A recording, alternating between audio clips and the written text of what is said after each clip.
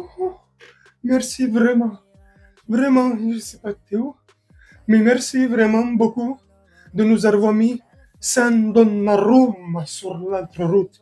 Vraiment, merci beaucoup hein, de nous avoir donné comme ça pour cadeau, si je puis dire, sans Donnarumma. Parce que franchement, sans Donnarumma, à la mi-temps, il n'y a pas 1-0 pour Paris, non? Il y a 3 ou 4-1 pour le Reims. Il n'y a pas Donnarumma. À la mi-temps, c'est pam pam picu. Oh, merci, sans Donnarumma. Est-ce que tu es d'accord avec moi que si on n'a pas Donnarumma, sans Donnarumma, à la mi-temps, il y a au moins 2-1 ou 3-1, pour pas trop exagérer, pour le Stade de Reims. On est d'accord ou j'exagère de ouf? Tu me dis en commentaire pour commencer, parce que franchement, sans Donnarumma, c'est pompon cucu. Hein. Salut mes camés, salut mes brattes. J'espère que vous allez bien et que vous vous portez bien. Salut à toi. Si tu es nouveau sur la chaîne, je te souhaite la bienvenue. Franchement, on s'en sort très bien. C'est pour ça que dans la miniature, le titre de la miniature, j'ai mis une victoire douloureuse. Douloureuse, car si tu as vu le match, hein, t'es pas Gilbert Montagnier, tu as des yeux aussi. La première période, on se fait franchement dominer, complètement dominer. Le Stade de Reims exerce un pressing assez haut et l'exerce de façon chirurgicale, très très bien. Ils nous prennent à la gorge, ils nous empêchent de respirer. On n'arrive pas. Avec le système qui a été mis en place en première période par Luis Enrique, un 4-2-4, on avait du mal au milieu de terrain, on n'arrivait pas à se trouver, on n'arrivait pas à développer le jeu. Reims exerçait, comme je t'ai dit, un pressing de ouf. Donc voilà, ils ont très bien joué Reims la première période, sans un valeureux Donnarumma. Et pour ma part, une fois de plus, Donnarumma mériterait le titre de meilleur joueur du match, homme du match. Je pense que c'est Mbappé qui va l'avoir avec son triplé. Moi, tu me parles pas d'âge, moi. Moi, tu me parles pas d'âge. Je rentre, triplé, boum. Donc, je pense que c'est Mbappé qui va l'avoir avec son triplé. Mais voilà, une fois de plus, un superbe Donnarumma. Donc, faut arrêter comme ça de le critiquer à l'emporte-pièce ou gratuitement. C'est vrai qu'il y avait les pros Navas, il y avait les pros Donnarumma. Mais Donnarumma est exceptionnel, notamment dans des matchs comme celui-ci contre le Stade de Reims, face à une super belle équipe rémoise, franchement, qui nous ont mis en grande difficulté toute la première période. Après, voilà, la seconde période se rééquilibre et une fois que ça s'est rééquilibré, paf, c'est nous. On a mis le pied sur le pied sur le ballon. On leur a montré que c'était qui le patron, c'était qui le nouveau leader de la Ligue 1, tu vois, comme ça, c'était pas, la première période n'était pas normale, tu vois. Donc, on a remis un peu plus les pendules, on a remis un peu plus les pendules à l'heure, bref, je m'en mêle, tu m'as compris. C'était mieux, la tactique a été un peu mieux. On sort au début de la seconde période Gonzalo Ramos pour faire entrer Vitinha, apporter un joueur de plus au milieu de terrain, créer le surnombre, récupérer le ballon, retrouver une forme d'équilibre. Et c'est exactement ce qui s'est passé. Puis la fatigue aussi étant, le match avançant, la fatigue des Rémois aussi, il faut prendre en compte. Bref, le rééquilibrement des joueurs, ça jouait un petit peu mieux. Un superbe Kylian Mbappé, triplé. J'ai kiffé aussi, hein, j'ai trouvé que Dembélé a fait son match. Ramos, bon ben voilà, c'est pas pour le critiquer ou lui tomber dessus, mais Ramos a pas fait un très bon match. Pas très très bien servi aussi, ou pas très très bien aidé par ses deux comparses d'attaque, c'est-à-dire Dembélé et Mbappé qui, à mon sens, hein, c'est comment moi je vois le truc, tu me dis en commentaire, ne joue pas trop avec lui.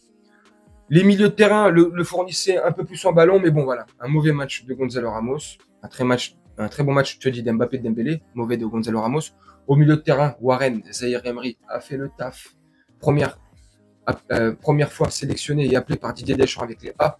C'est magnifique, il le mérite. Il éclabousse de match en match les yeux des gens, l'Europe. Il va éclabousser le monde une fois qu'il aura fait ses premiers matchs et sa première cape avec l'équipe de France. Je suis trop content pour lui. Il a fait un très bon match. Vitinha, à la suite de son entrée en seconde période, a fait un très bon match. C'est lui aussi qui nous permet de rééquilibrer un peu et de remettre le pied sur le ballon. J'ai bien kiffé. Fabien Ruiz, ça va. Franchement, j'ai kiffé. Il a fait son match. En première période, à l'image de l'équipe, il n'était pas dedans. Pas du tout. Mais en seconde période, je trouve qu'il a bien joué. Voilà. Il prenait des initiatives, balle au pied, il essayait de percuter une ligne, deux lignes, ça marchait. J'ai trouvé bon. En défense, bon bah écoute, Marquinhos, il a fait le job.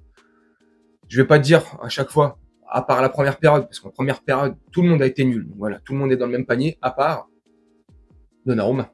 Voilà. Tout le monde a été nul en première. Là, limite, je te parle de la seconde. Donc, en seconde période, Marquinhos a été un peu plus présent, a tenu un peu plus son statut de capitaine, même si je trouve que ça devrait plus être lui le capitaine, pardon, mais ça, c'est un autre sujet, un autre débat. Lucas Hernandez, avec l'entrée qu'il a faite, j'ai bien kiffé. Mukele, j'ai bien kiffé. Carlos Soler, sur son côté droit, en remplacement de Achraf Hakimi, même s'il me fait une super belle passe décisive. Bon, un peu en dedans, mais c'est normal aussi, c'est pas du tout son rôle, c'est pas les mêmes habitudes, les mêmes placements, les mêmes automatismes. Donc pour moi, Soler a fait un bon match moyen, un bon match, ça, on va pas lui tomber dessus. En plus, qui joue pas du tout à son rôle, à son poste. Dans l'ensemble, si on doit, dans l'ensemble, un match arraché, non, pas arraché, parce qu'on gagne 3-0, mais dans la douleur, dans l'ensemble, un match un petit peu plus que moyen. Heureusement qu'on sort la seconde période qu'on sort. Sinon, la première période, elle est complètement catastrophique. Il y a des choses à voir. Ça suffit de dire les automatismes, les machins, c'est un nouveau projet, ceci, cela. À un moment donné, ça n'aura plus d'excuses. Ça commence à ne plus avoir d'excuses. Les joueurs commencent à se jouer, à se connaître. Ils connaissent le staff, le coach, les automatisés. Voilà. Donc, c'est peut-être plus une tactique à revoir, le 4-2-4 de départ. Enfin, bref. Après, ça, c'est pas trop mon domaine. Je suis pas un spécialiste. Je suis pas, c'est comme ça, le Einstein de la tactique. Mais voilà, c'est ce que je pense, comment j'ai vu le match. Malgré tout, une super belle victoire, c'est ce qui compte, les 3 points. On reprend notre place de leader, notre trône de champion de France. Voilà. J'espère qu'on va plus le quitter jusqu'à la 34e journée. Voilà, c'est l'essentiel. Les 3 points face à une belle équipe rémoise, et je vais te conclure la vidéo là-dessus, dans un beau stade. Ils ont bien joué, ils ont essayé, beaucoup craignaient, comme mon plus grand fils au début du match, il me dit j'espère qu'ils vont pas mettre le bus. Ils n'ont pas mis le bus, ils n'ont pas refusé le jeu. Ils ont joué, ils ont essayé. Ça a failli leur coûter en première période. Enfin, ça a failli nous coûter à nous, leur beau jeu et le fait de ne pas se cacher comme ça, de sortir comme ça et de faire un gros pressing. Ça a failli marcher si on n'aurait pas eu un grand Donnarumma. Donc, eux doivent être énervés de Donnarumma. Et pour conclure la vidéo, une statistique qui fait froid dans le dos. Reims a touché 43 ou 44 ballons en tout dans notre surface de réparation. Je trouve le chiffre complètement ouf, 42 ou 43 ballons dans notre surface de réparation. Imagine si c'est une équipe comme City, enfin je te dis City, mais une grosse équipe du calibre de City, tu vois, s'ils toucheraient 42 ou 43 ballons dans notre surface, combien de buts ils mettraient? Je sais pas, peut-être 15, 18, je sais pas. Tu vois, mais c'est pour te dire, Donnarumma a fait un match de ouf, de ouf. 6 ou 7 parades.